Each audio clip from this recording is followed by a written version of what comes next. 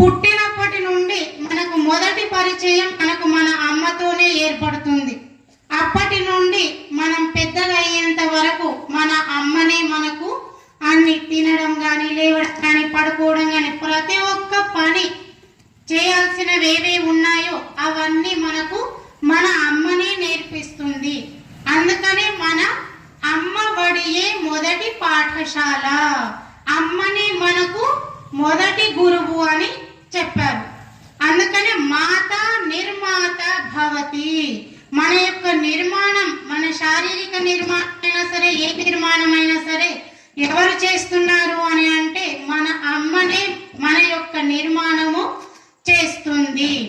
అమ్మ లేకపోతే ఈ భూమి పైన అసలు మనకు ఉనికియే లేదు. అందుకనే మనం అమ్మ యొక్క రుణాన్ని ఈ జన్మలోనూ తీర్చుకోలేము. మన నాన్నతో మనకు నాన్నతో పరిచయం చేసేది కూడా మన అమ్మనే.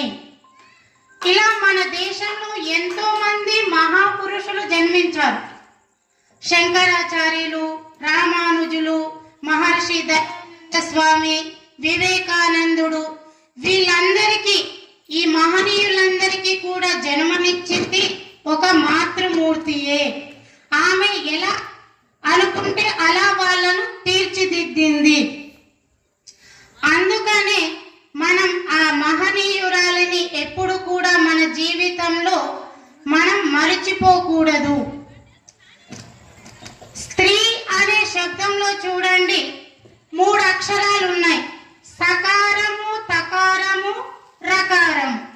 సకారం అంటే సత్వగుణము, రకారము అంటే రజోగుణము, తకారము అంటే తమో గుణము. ఈ 3 గుణాలను కూడా బ్యాలెన్స్ చేసేటువంటి శక్తి ఎవరిలోనైతే ఉంది అని అంటే అది స్త్రీ లోపలే, ఆడామె లోపలే ఉంది. అందుకని మగవారిని కూడా బ్యాలెన్స్ చేసి వాళ్ళని ముందుకు నడిపించేది కూడా ఒక స్త్రీయే. స్త్రీ లేదంటే, అందుకనే సంస్కృతంలో శాస్త్రాలు ఏమని అంటున్నాయంటే నగృహం గృహముచ్యతే, గృహిణి గృహముచ్యతే.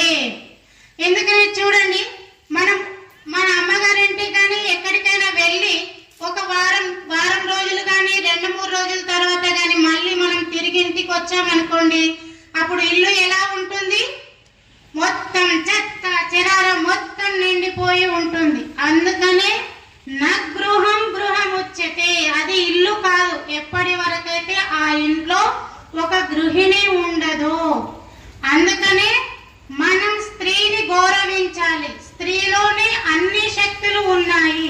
ఆ స్త్రీ తలుచుకుంది అని అంటే తన కుమారుణ్ణి ఒక ఆతంకవాదినైనా చేయగలుగుతుంది, ఒక దేశభక్తునిగా కూడా చేయగలుగుతుంది. తన కుమారుణ్ణి ఒక సన్యాసిగా కూడా మార్చగలుగుతుంది.